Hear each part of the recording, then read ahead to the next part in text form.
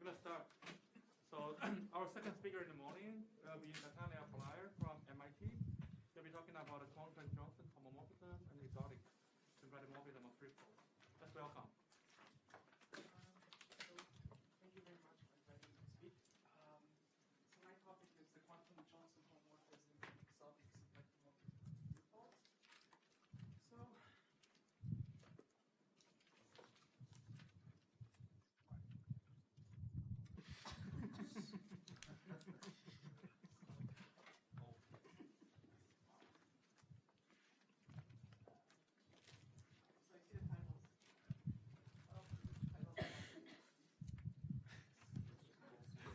Why didn't you just pull? You're the view What the? false No, don't do it. I'm joking. It's not. No, the mouse. Yeah, it's the mouse. It's not the. Yeah, go to View.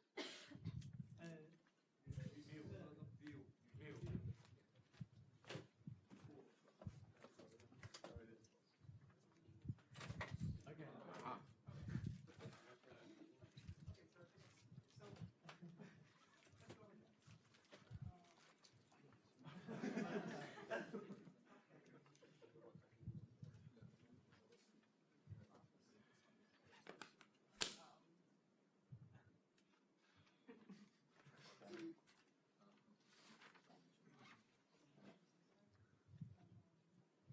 Okay, so let's go over Enter. the mouse. Slide view. Enter plus. Okay, so back to business. So anybody who ever had like write a research proposal, or for example found himself at the other side of dinner, the question, what exactly do symplectic topologists do? He doesn't have a speaker. If you don't have the microphone. Alright.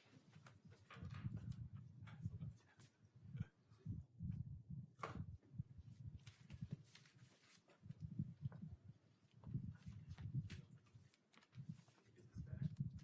Have to open it.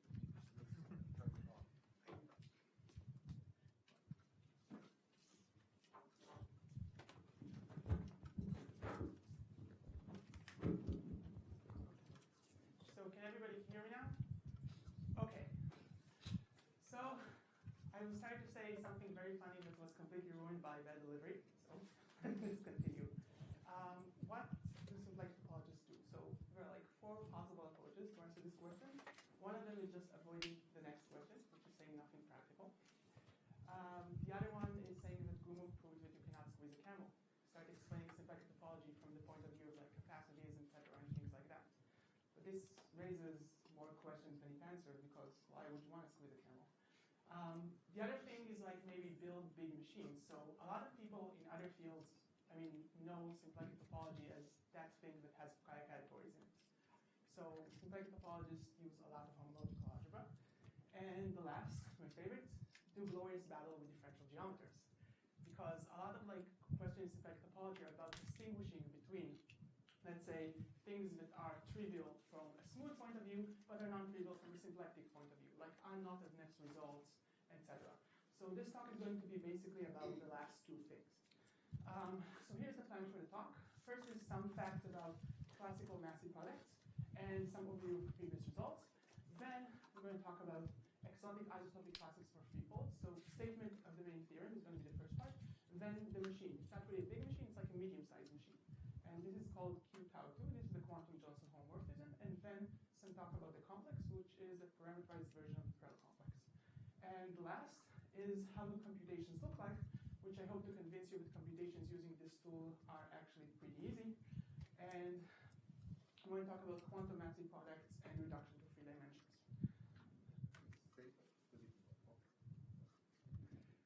Okay. Thank you. So what are Massey products? So, well, let's start from a picture. So consider the link formed by the Baromean rings, and let n be a tubular neighborhood of B. Then we know that H1, it's easy to see that the Poincare dual of these 3 disks actually generate H1. And, well, you look at the Baromean rings, there's a problem. The cup product vanishes because if you ignore each one of these rings, then obviously you can make them disjoint. cut product corresponds to linking. But you look at this picture and you tell yourself, well, obviously cut product is not all there is to it. You need some kind of a refinement, because even though each one of these two rings is not linked, obviously the entire configuration is. I mean, you cannot separate it. So, okay, so you do the following weird recipe. You start from taking these two cycles here, you intersect them, you get this line. Then you make a choice. You make a choice of a bounding cycle, which is this, that has a boundary on this line. And you intersect it with the remaining cycle, and you get this thing in black. Then you take these two cycles, you intersect them, you get this line here, and you make another choice, which is a choice of a bounding cycle, and you intersect it with the remaining cycle again. So now you have this and this. And behold, when you put these two things together, what you get is an actual relative cycle, and this gives you a cohomology class. Now, the natural thing to ask is, well, this was a weird recipe. Did what we get actually has any meaning? Does it depend on choice of representatives and bounding cycles? And the answer is no. But if you quotient out by some ambiguity, I mean, this actually does give you a well-defined invariant. So I'm going to give the definition for a DGA, and next I'm going to give the definition for an infinity later. So let A be a DGA, and consider closed elements, homogeneous A, B, and C, of degrees P, Q, and R. And we choose these homotopies. dF is A times B, dG is B times C. And then we define the Massey product to be the following expression, mod an ambiguity ideal, which is obtained by taking cut products with A and C, respectively. Okay.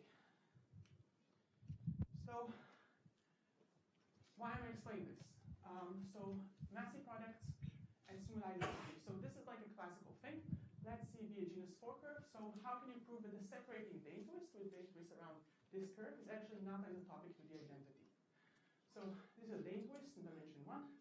What it does to a transfer curve is depicted here, right? So near the boundary does nothing, and here it does this rotation thing that's given by a local model. General definition by Weishaupt and Tubular.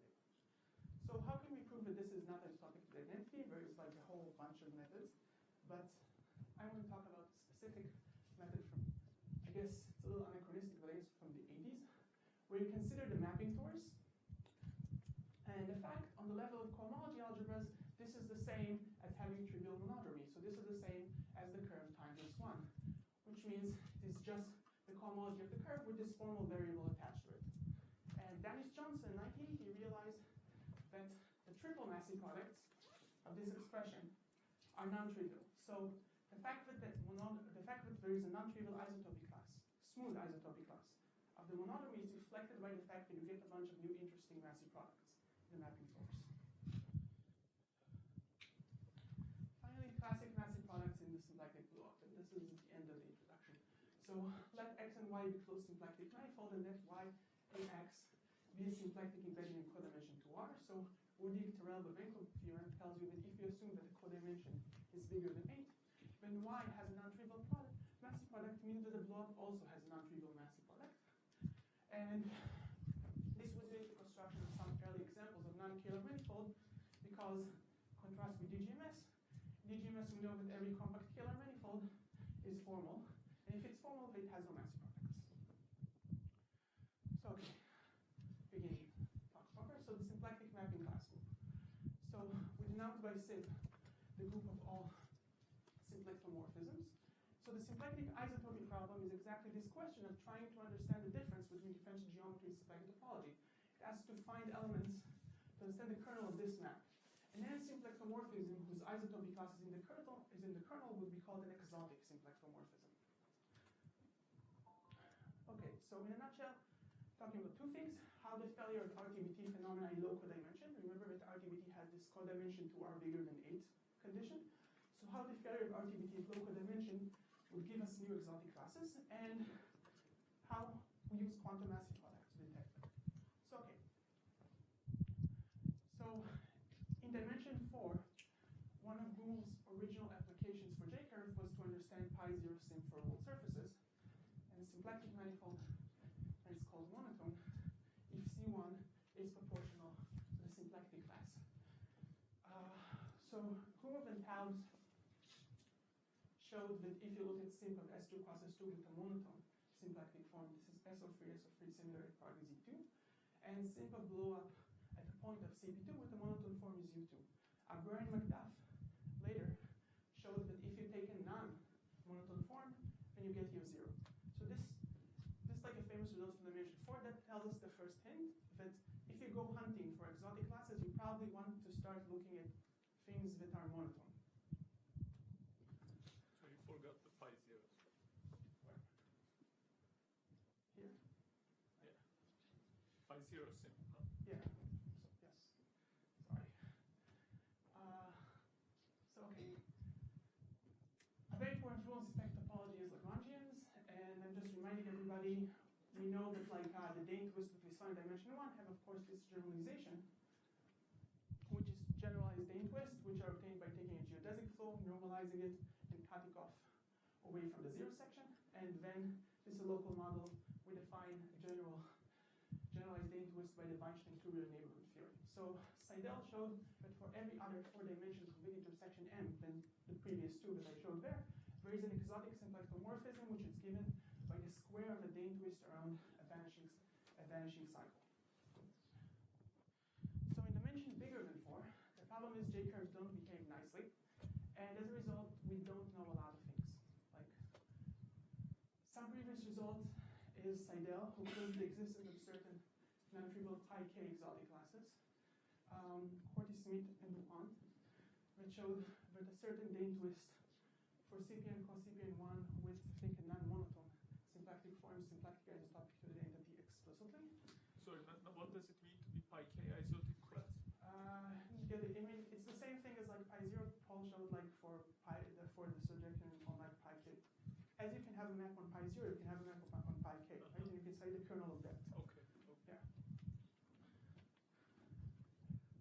So Ivan Smith showed for a complete intersection of two quadrics, there is an element of infinite order in the kernel, and Graham and Woodward in a preprint showed a similar thing for the modular space of SU2 bundles with traceless polynomial on the punctured sphere that has an odd number and bigger than 5 of mark points. And of course, I'm sure that there's like a whole bunch of other results that I'm not aware of. So this is not a comprehensive list. Okay, so to start stating my theorem, I'm going to start by explaining how to construct a certain family of curves, and then blowing it up, blowing a certain locally Hamiltonian federation. So if I start from a curve of arithmetic genus 4 that has a single node, which divides the curve into two genus 2 curves, then there exists a Lipschitz fibration over the unit disk, such that the special fiber is exactly this nodal curve. The generic fibers are smooth non-hyperelliptic of genus 4, and the monodromy is symplectically isotopic to the modal Dehn twist around the genus 2 vanishing cycle. And there is a relatively very ample line bundle when you restrict to the punctured disk. This is exactly like the dualizing sheaf. So the sections of this sheaf embed the entire fibration into another fibration, which is P3 across the punctured disk. And each one curve, which is a fiber, is the complete intersection of a smooth quadric and a cubic. So we can perform a complex analytic blow-up on the entire family of smooth embedded curves and get a new family. Now this is a family over a punctured disk, and the fibers, each one of them is a Fano threefold, which looks like taking P3 and blowing it up the curve. So now we can restrict to a base. We can just choose a loop inside the base and get a 7-dimensional locally Hamiltonian fibration. Okay. So if we pick a base point, it's written out by x star. So the fiber over this specific base point. So the monodromy now is some kind of a symplectomorphism. And this is a symplectomorphism of Fano threefold. And the main result is there exists some kind of an n, such that the isotopy class of this symplectomorphism raised to the power of n is exotic, which means it has infinite order in the kernel. And in fact, there exists Lagrangian sphere, L1 prime to L5 prime, and L1 double prime to L5 double prime next, such that phi can be written as the product of generalized Dehn twist about n. So note that this is like kind of weird, because unlike 4 dimensions, Dehn twists in odd dimensions don't have to have like finite order, even smoothly. So there's some kind of a cancellation phenomenon with the curves. happens in the Fano frequency. Okay, so like the monotomy itself acts in a compactly supported neighborhood, but the cancellation like happens outside. Like the isotopy has to leave this neighborhood. Any questions on this? Can we see the slide defining x again? Yeah. So this is a slide with defining x. You start from taking this family of curves, and this family of curves sits inside another family. And you can just do a complex analytic blow-up. So you blow up each one of the fibers. And each one of the fibers, right, we had the vibration of P-freeze. Each one of them gets blown up at this like curve. So this is the fibers of the map. And X itself, you pick, if you think you have here a function this, which first shows some kind of a loop inside, and then we chose a base point. This is the base point. And should say that X is just a fiber over this base point. Any more questions? In Riemann surface, the Dehn twist is infinite order, right? Yeah. So why is unexpected? I mean, in the surface, it's the Dehn twist is infinite order smoothly, right? So I mean, what I'm saying is it's finite order, like it's finite order smoothly, but infinite order like symplectically. So why would you even expect that like it's finite order smoothly? From smoothly.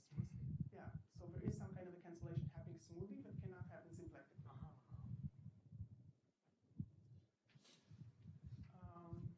Any more questions? If not, I could proceed. So the statement of the theorem is clear.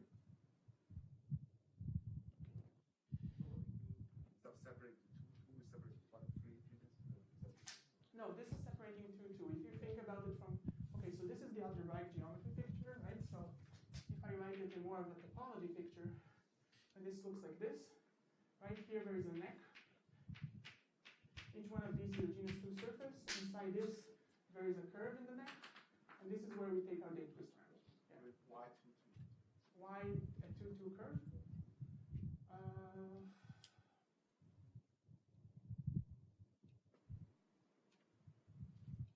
I mean, this can, I guess that this can be done for like, you know, I'll show later, this is like a machine. It can be done for various other spaces, not like a specific thing. Why do we decide to 2-2? I don't know. I mean, just, I don't know, seemed like a reasonable number to start with. I mean, you can start with one, it's symmetric. I mean, you can start with 1, 3, I don't know. What happens after the blow up? So, okay, some intuition, why does this weird thing happening? So, unfortunately, all the information stored in the triple Massey product after the blow up is lost. So if you think about it from the point of view of like the Johnson homomorphism, it makes actually perfect sense. Because if you think about the cohomology of the blow up, it looks like the cohomology of P3 and the cohomology of the curve, but this gets shifted by this formal variable, right? So the interesting information was in triple Massey product that had H1 classes, right? That was where the geometry was lying. That was what Johnson told us. Now we blew up, now we have the interesting information lies in H3 classes, because we blew up, right? But the Massey product wants to land, H3 wants to land in 3 plus 3 plus 3 plus 3 minus 1, which is the H8 of a 7-dimensional mapping torus. But there is no H8 for a 7-dimensional manifold, so this is 0. And this is like somehow not a bug, this is a feature, right? It's not that our invariants are failing, our invariants are telling us something important. They're telling us, I mean, the isotopy class of a monotomy is controlled by topological data, like rational homotopy plus Quantization classes, up to some finite ambiguity. So our invariants are vanishing, but they should. It's good, because some power of this is really smoothly isotopic to the identity. And the idea is like, okay, so where's the idea starting from? Well, unlike most cohomology theories, quantum cohomology is not idempotent, in the sense that like if you take a hypersurface, you keep intersecting the hypersurface with itself, eventually you're going to get 0, right? There is a dimensional reason. But this is not true for quantum cohomology, right? You can keep intersecting things, and suddenly you go up like a dimension, right? So maybe quantum cohomology still remembers this information that got lost to classical topology. So this is why you start expecting that this result might be true. No, I didn't understand this finite ambiguity point. What is I mean, the that's point? because I didn't explain it. So finite ambiguity means that... No, don't tell me about what is the finite ambiguity, just the sentence. assuming that I know what is finite ambiguity. Okay, the sentence basically means that the sentence means that if you have a vanishing of cohomology plus like a whole bunch of other products that come from like a C infinity model, and you also look at the quantity eigenclasses and you see that they split in a nice way, then you should expect that some power of your monodromy is isotopic to the identity by the theorem of Sullivan. This is like the translation of this, so I didn't want it. Okay. This is like, okay, so the symplectic part, the quantum Johnson homomorphism. So what do?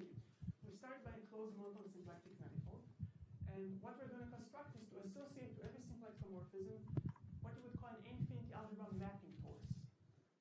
So we're going to assign to phi this extract phi, which I'm going to define later.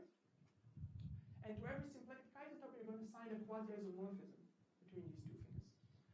And given a Chern number, this is just a number, but it bounds like Chern classes. So for suitable phi, we assign a characteristic class, you can think about it, that sits in the Hochschild cohomology of some algebra, which I'm going to say what it is later. And this is natural with respect to quasi-isomorphisms. Vanishes when phi is the identity, and it can be evaluated on suitable cohomology classes, which I'm going to explain what it means later. So this is just like the formal structure. This is the quantum Johnson homomorphism. This assignment from phi to this characteristic class in Hochschild cohomology. What is the 3? What is a 3? It's the same reason that there is a 2 here. It's because you can actually, I mean, you can extend it to like higher dimensions, but, or not exactly dimensions, but once I'm going to explain what exactly this is and what this is, it's going to be obvious. Yeah. So just the formal structure of this is clear, right? This is why, let me say why this is going to apply our theorem. Because we're constructing the infinity algebra matrix C from the Morse theory of the three-dimensional mapping torus. Then we're going to construct this infinity algebra map extract phi, and we're going to use a parameterized version of the Pearl complex. And then we're going to interpret the classical statement of Johnson that says that tau 2 is not 0 in terms of the non-vanishing of certain Massey products on cohomology classes in H1.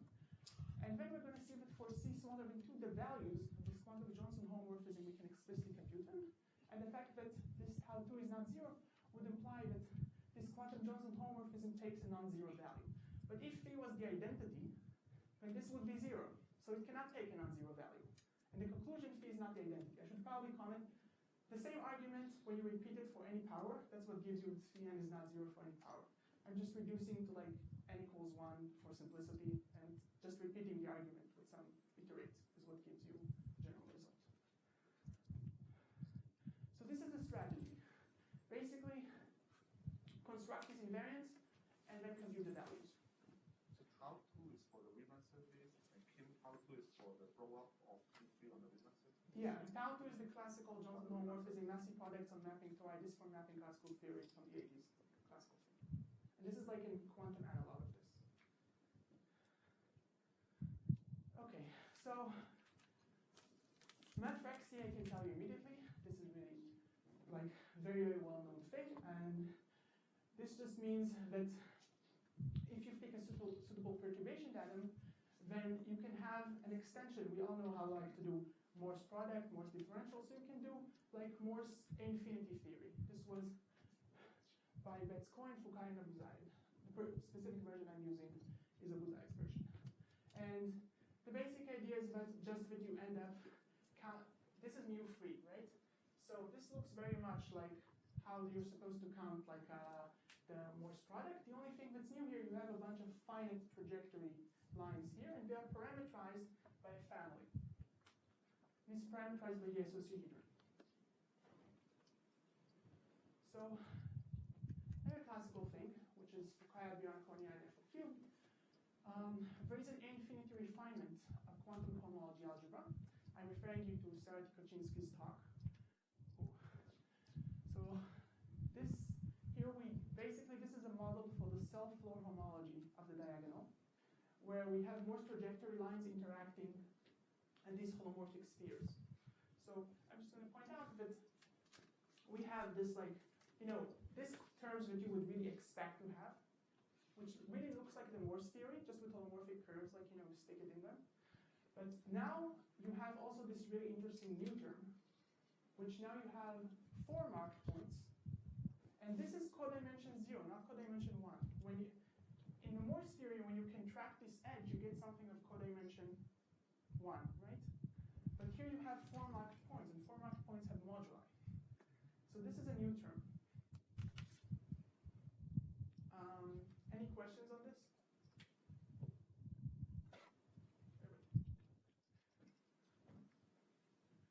So, okay, so how to construct the infinity mapping torus? So we take a parameterized version of the previous construction, which means to start by considering the symplectic vibration, and this is like a flat out picture. This is the base, this one.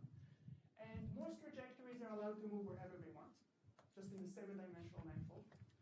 But geomorphic curves have to live in the fibers. So this is a picture of how it looks like. I have a trajectory that traverses this way.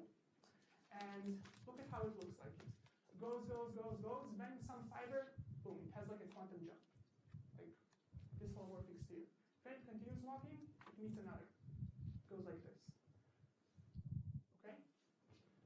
So the only thing you probably, everything here is pretty much like the standard way you define these things, like in Fukaya categories, for example.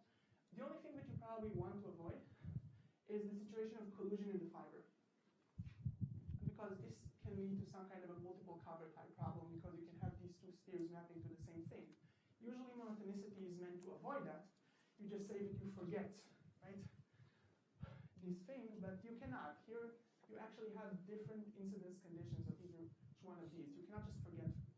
And the solution is, first, all perturbations, both J-curves and Morse trajectories, will depend on the moduli of pearls. So just like Fukaya categories, you pull back all the choices from an associahedron, and just like you do that in Morse infinity theory, here you need to just construct another model of the associahedra and pull choices from that. And mu d0 is exactly the Morse infinity algebra of this mapping torus, and u2a, which is the energy A term, is the parameterized Google written invariant that appeared in the work of Seidel, Bossa, and Leon. Okay. So if we look at, let's call this space like QH of the mapping torus. So this is defined over some subalgebra of the group ring, the fiber. And for a fixed Chern number, let's consider all symplectomorphism.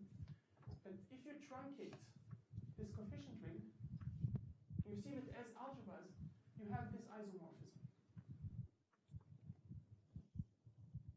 So this is like a reasonable thing to consider, and why? Because then you start saying, let's think of this new structure we constructed, the Pearl structure, as a deformation of the formally infinity structure, which just has this mu2 and all higher products as 0.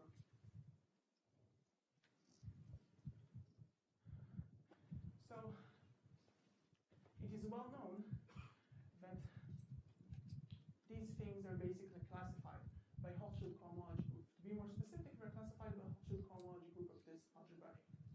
So each one of these deformations give you this characteristic classes in the Hochschild cohomology of this truncated thing. Any questions? This picture is meant to just like, this is the classical picture. I think it's due to Kashvili, which talks about, this is kind of a plausibility argument to why you would expect you would have a characteristic class in Hochschild cohomology of the algebra. There is this idea that you have this moduli space of infinity structures mod gauge, and there is a contracting C-star action on this space, and you can think of like the tangent as a product of Hochschild cohomology groups. I'm not sure if this actually helps or not. Can you say what is the C-star actioning? Is it contracting the whole moduli space? Like just cartoon explanation. Yes. UD minus 2 epsilon star UD minus 2. This is the operation. Can you see this here? Yes. So you just act on mu by adding this mu d. And mu is this 2 star. So you basically contract. Notice what happens. Oh, sorry. Okay. You basically contract like all the higher mu's with this. And this brings you closer and closer To killing off all the higher mu's, right? So you can kind of think of how, this is like a very complicated moduli space, but it has a contracting C-star action, so you might be led to believe that the tangent space to the base point probably contains a lot of information on the entire moduli space. And practically, you just compute. This is like probably the best thing. What does it mean? It means the core constant is not in the Hochschild homology groups. I'm saying that why you would have a characteristic. I'm saying that if you have a contracting C-star action of this ball, and I'm saying the Hochschild cohomology groups of the A are kind of the tangent space to the formal base point. This like goes to the base points. This is like a possibility argument. The actual proof is by computation. The Hochschild homology group parameterizes with only algebra structure. What do you mean? So you find a path this way, This is starting absolutely- from the point you have and leading to the point that you want to land at, the point that you have the tangent space. You just take the vector. You mean the higher product vanishes? Yeah, I mean, he chose that point in the moduli space. Yeah, you should remark this picture is due to like I think Kadishvili. It appears in like works of Paul on mirror symmetry and I think also Sheridan. Okay, so infinity Massey product. So until now, okay, what we have achieved so far, we constructed another big machine, but that is not really helpful because now you have this Hochschild cohomology class. It doesn't do anything for you because you have to have some kind of way to evaluate it and get numbers out of it. Because in the end, you want to prove something. So we start from a cohomology class, and we want to have some kind of way to evaluate this class on cohomology classes. So quantum Massey products. I should probably say this is Paul calls it the obstruction class, but in some places this is called the class that I defined earlier is called universal Massey product. The reason it's called universal Massey product is exactly what I'm going to explain. It contains all the information about all the possible Massey products. Triple Massey products. Quantum Massey products are partially defined multilinear operations. Okay, and here we have this like term class term, which depend only on the homology class A, the inputs, and the Hochschild class of this mu phi. So we really depend on this O3. Vanishing condition, so we must have that the star product of these two terms is 0 for all these that have lower Chern number. And the ideal I is generated by this product as before. But here we sum over everything that has lower Chern class.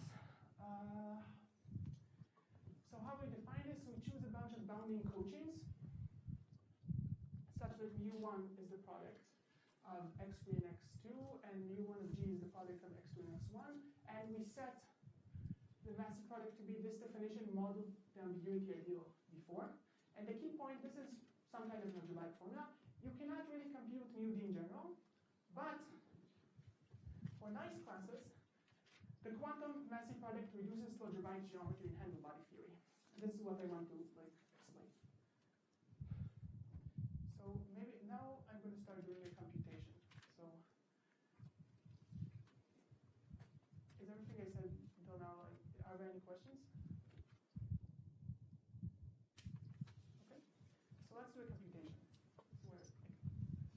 So our goal is to show this quantum Massey product specifically is non-trivial. This equals this, and this is a non-trivial coset, where the parameters, formal parameters t and u, are formal variables coming from this cohomology decomposition, right? T is this parameter of the S1 in the base, and U is this parameter from the blowup. And the classes AI, BI that I'm talking about is just the standard generators of the cohomology of the curve. And when I talk about F in H2, this is the class of the exceptional fiber of the blowup. So okay, so how are we going to show that this is non-trivial? So step one, relative Morse theory. So for reasons that would become apparent later, it's much more convenient to have a very, very good Morse function that you control very well, and that is also minimal. So this is going to get rid from us from computing bounding cochains, and this is going to eliminate the need to compute some U2A terms. So this is nice. So the idea is to use relative Morse theory. And what does that mean? So you consider the curve C, and you think about it as sitting inside the standard relative handle-body decomposition of P free. When C meets the hyperplane at 6 points, you can remove 6 disks. And you can think about this punctured curve as lying inside a big D6, which is the zero handle. Now, imagine that this curve sits inside and there is water slowly being poured in. Like, you can think about the Morse function being like a height function here, and water being slowly filled. So it is not hard to convince yourself that a handle-body decomposition of this curve C0 gives a handle-body decomposition of the complement. This is kind of a chain-level version of like Alexander and Poincaré law. The basic idea is the topology of the complement changes and the topology of the curve changes because, well, the topology of the ambient space doesn't really change.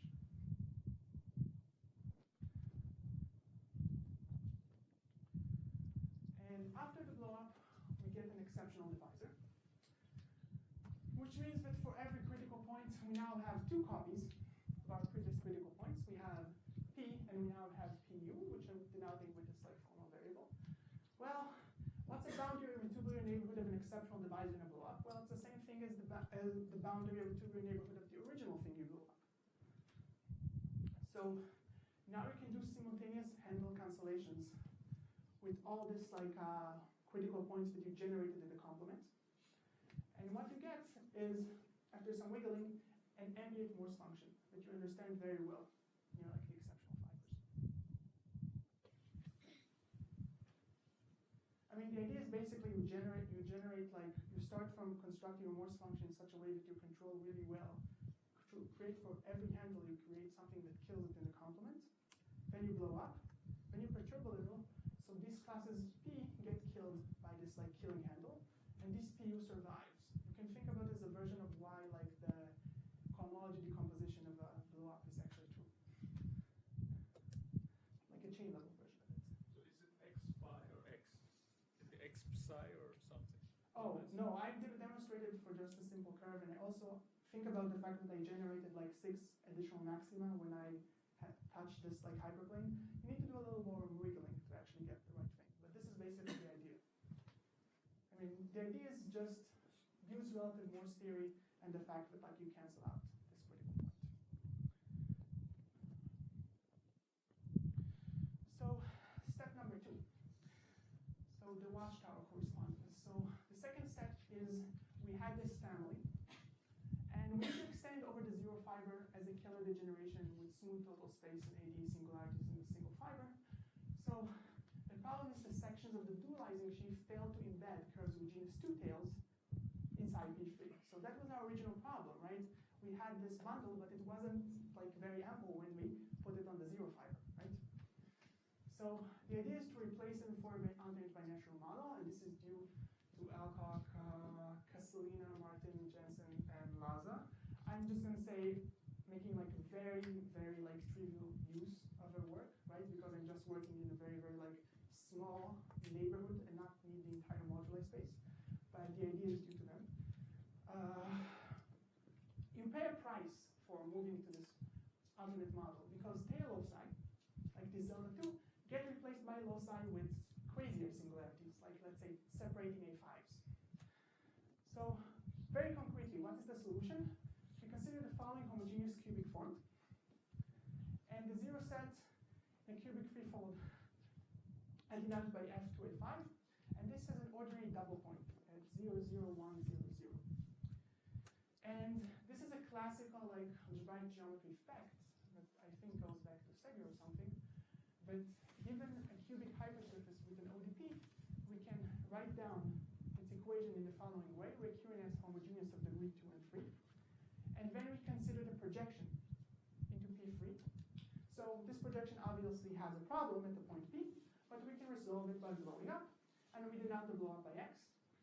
So the exceptional loci is the proper transforms of line through P that lie in F, and this is just a cone over the two free complete intersections of these two things.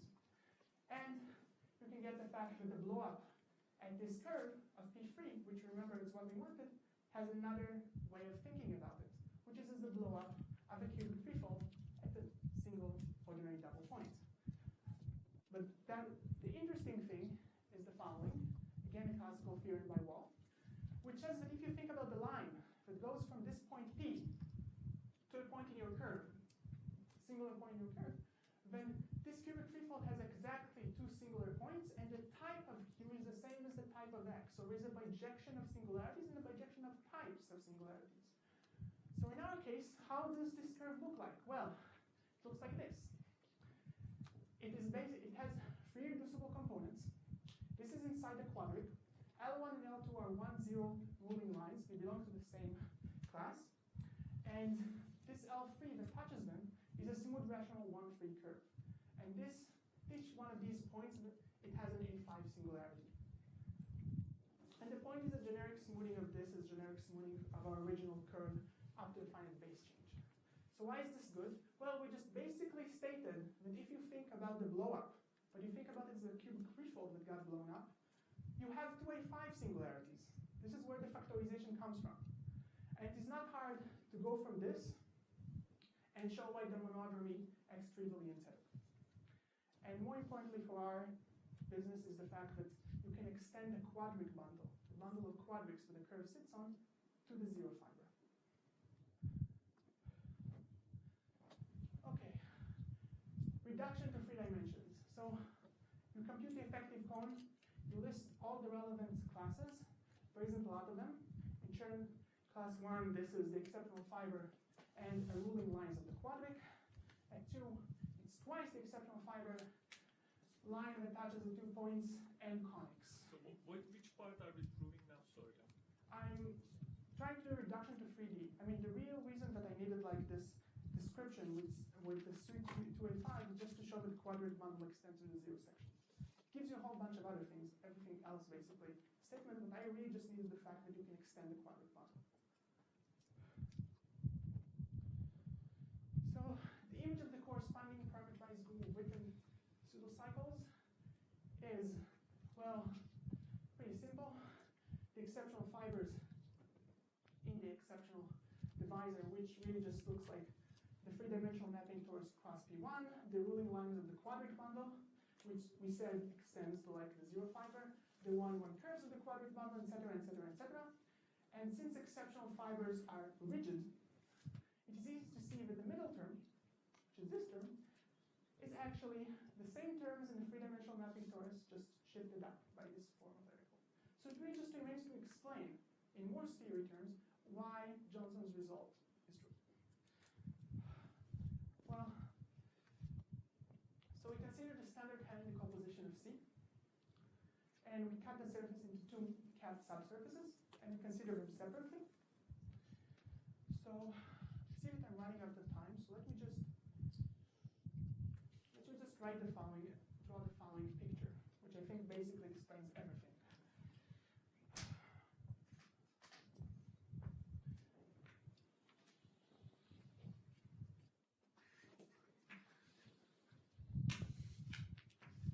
So okay, these are 2 sides of the surface. There's a Dehn twist going around where the screen is. So you start from the 2 points, you can force them by perturbations to intersect at some generic point here. 2 points that need to intersect, like this and this. You can start from a point here in the standing manifold and force it to intersect at some generic point here. So now you look at this curve and you start thinking, where does it go to? Where does like the negative gradient flow line goes? Well, it goes like this. Goes like this and it goes to the maxima, right? Is there any conceivable reason why it would meet a generic point here? Of course not. There is absolutely no reason why it would meet it. But that was the picture for time equals 0. What happens when time starts moving? Because we're in a mapping torus. So these curves start shifting, right? They start undergoing a Dehn twist. So think about the picture. Imagine that you're sitting here. You're a person sitting here, okay, and watching this S1. As we go around the mapping torus, these 2 example, starts rotating, right? Starts slowly rotating. What that means, think about it. Every point here has to descend to the minimum through some point here, right? So you're basically covering every single point once in the upper subsurface. This is exactly where you get this new mu free from. This is what it's measuring. It's measuring this rotation quantity. And this is why you get a non-trivial coset here. This is why you get a new mu free. And you probably may, okay, I'm going to conclude, make a short summary. So as evidenced by Dennis Johnson work, the point is rational homotopy theory of mapping toroid of curves is very rich and can detect some elements of the mapping class group efficiently. If you do a degree changing operation, it doesn't have to be a blow-up. It can be like kind of branch covers or taking moduli of bundles. But it needs to be somehow connected to curves, can kill the Massey products, and kind of unknot the smooth isotopy class. But the symplectic invariants are not nilpotent and can still carry interesting information. And computing Massey products, these parameterized Massey products at a low energy, is not very complicated. And this basically kind of resurrects this non-triviality of the monodromy. Any questions?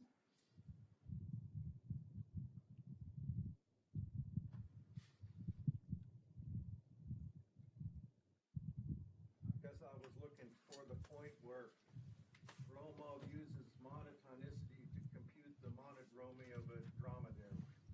What? You're from the Middle East. You know what a dromedary is. Actually, no. Well, then you ain't going to get the point, are you? We can ask you about it later. We use this fundamental concatenation and stop. Yeah. Where do you use? I'm the saying, geometry? well, we originally started with, I said with Rexis-Lipschitz vibration, right? I didn't explain why Rexis-Lipschitz vibration. Well, obviously the reason it exists is because you go to the boundary divisor, you smooth it out, you pick a small disk, you show that this, right, intersects only infinitely many points, hyperelliptic curves. I mean, you basically can show, this is how you show with Rexis-Lipschitz vibration, right? But then you're not happy with your central fiber and you want to start like playing around with it. So what are the main ingredients to generalize this method? Well, I mean, okay, so that's why, so Q tau 2 is basically completely general, like the machine itself is general. And the idea itself, I guess, in some ID general, that's what they want to basically said in my summing, because basically the only thing, the idea is basically you start from a curve and you do some kind of a degree changing operation, and then you try to like think geometrically. This is the part that's like very specific to every geometric situation. You try to like, pin down what class you should be looking at and compute it. And this is dependent on like the specific situation, what value you actually want to compute to show that it's not zero. But the method itself, I guess it's kind of general. It just basically it says start from a curve, do a degree changing operation, and try to show that like Q tau 2 is not zero if original tau 2 is not zero. And there is of course tau 3, tau 4, tau 5, etc. The method of computation is also general. How you compute the trivial term? The non-trivial term? Yeah. Like some homomorphism in there. This is just, this is parameterized written theory. I mean, I guess it's general, but it's not, it's So you start like, from this, right? You start from this and guess what Gromov invariants you should compute Yeah. in the blow-up. More specifically, I mean, the point is like Johnson had tau 2, tau 3, tau 4, and you get deeper and deeper into filtration, more and more complicated mapping classes. So you try to think of which one of these is supposed to be non-zero, find some kind of a Morse theory interpretation, and then go and guess like what should happen at like the threefold, fourfold, whatever you want to use. And yeah, and I should probably say that there is a lot of other interpretations of like this Johnson homomorphism, for example, it has to be Jacobian. So for example, you can think about the connection between the intermediate Jacobian of something and the Classian Jacobian of the curve. Because the Johnson homomorphism has interpretation in terms of Jacobians. So for example, for intersection of quadrics, I think the intermediate Jacobian is supposed to be the same as the Jacobian of like the basis or something. But so this theorem that you stated in the beginning, this general theorem about if you embed in codimension more than something. Woody-Ectorel? Yeah, that's... Is there a chance that that theorem is going to be true for any codimension if you do it like this.